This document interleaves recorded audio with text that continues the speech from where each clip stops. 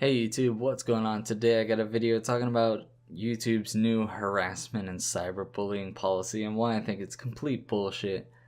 Basically, they're trying to implement this policy to remove all cases of harassment and malicious attacks on other YouTubers by saying that if you fall under one of these categories, you'll be reported and your video will be removed, and if you're a repeat offender, your whole channel can get removed. So right off the bat, it sounds good in theory, but some of these points are really fucking stupid. So I'm just gonna go over them, give you my opinions, and you can tell me yours at the end of the video. Let me know what you guys think about this, but it's fucking stupid. Bullet point number 1, abusive videos, comments, and messages. So that is super fucking vague. There's no definition of what they can determine is an abusive video or a comment.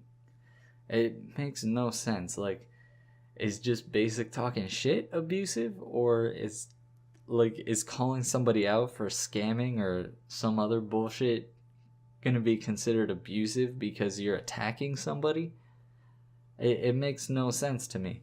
And then the comments, I mean, that's kind of, I'm whatever on that, because it's like, Leafy fans in particular will go to people's videos and say, kill yourself, blah, blah, blah. I mean, that's just kind of bandwagoning. I don't really have a problem with that. But when somebody actually goes out of their way to fucking really just hit you hard, I can kind of see that. But at the same time, that's what the block button is for. I just don't get it. Bullet point number 2, revealing someone's personal information. Now, I am completely on board with this. I understand it. I love it. I'm glad YouTube took the initiative and stepped up and actually made this a policy, because this is a big problem in YouTube right now, as a lot of people are going out and releasing personal information that doesn't need to be released. So, all in all, good on YouTube for that. Bullet point number 3, maliciously recording somebody without their consent. That doesn't really happen. A lot of people say that it happens in like prank videos, but 9 out of 10 times those prank videos are fucking fake. So that doesn't necessarily need to be a policy, but there are a few small cases where I could see that being effective. So all in all, meh, I guess. Whatever. Number 4, deliberately posting content in order to humiliate somebody. That's a really stupid one, in my opinion, because I mean, if somebody does some fucked up shit, this is the internet, it's not going away. We can criticize you here on YouTube, or we can go somewhere else and criticize you. Either way, you're gonna get fucking criticized. You're gonna get humiliated if you do something stupid. That's just gonna happen. But I mean, at the same time, there is some cases where there's just somebody trying to be like doing something completely innocent. Somebody roasts them and humiliates them, but again, there's just that little issue of it's free speech, you know? I really don't like this policy. I mean, I'm kind of flip-flopping and defending it, but there's no reason to have this. I mean, sometimes people need to be humiliated to fucking take their ego down a notch, and it just makes YouTube a better place sometimes when people get a fucking reality check. That's all I have to say on that. Number 5, making hurtful and negative comments / videos about another person. This is literally the same thing as the last post and the first one.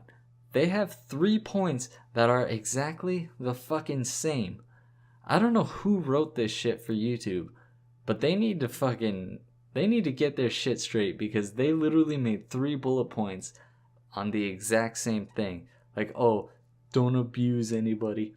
Don't post anything to humiliate them. Don't make any hurtful comments or videos. That's all the same fucking thing. And again, sometimes it's necessary, sometimes it's not okay. I think we should leave that up to the YouTube community to decide, not YouTube. Because at the end of the day, the community is really what matters, not really what YouTube or the whoever says, you know. I think if something crosses the line, the community is who deems it, you know, who deems it a problem. And when it is a problem, you have tons of people supporting it or hating it. Like, if it's a problem, you get massive amounts of dislikes, hates, like everything. You get all this shit. But if you do something good, you get praised. I think we should just leave that up to the community. That's all. Like, that's my piece on that. I don't even know what fucking number we're on. 6, I think. Unwanted sexualization, which encompasses sexual harassment or sexual bullying in any form. This one's another one that's like, you know. Sometimes, you know, if somebody posts like a sexual harassment, like prank video or something, most of people will agree that it's kind of crossing the line and it's pretty stupid. There's really no reason for it anyway. Like, nobody really enjoys that shit. They're like, oh, I grabbed someone's butt in public. No, you're fucking dumb. No one wants to see that shit. You're just a fucking loser. As far as the unwanted sexualization, that's generally addressed at girls who will wear like a low-cut t-shirt or something and have cleavage. To some extent, I can support the unwanted sexualization, but at the same time, if you're a bitch wearing nothing but fucking nipple clamps and you don't want to be sexualized, get the fuck off the internet. You're fucking stupid. The internet is full of sexualization, and half the internet's fucking porn. You're gonna get sexualized if you do something like that. You need to know what you can and can't get away with. Showing cleavage? Fine.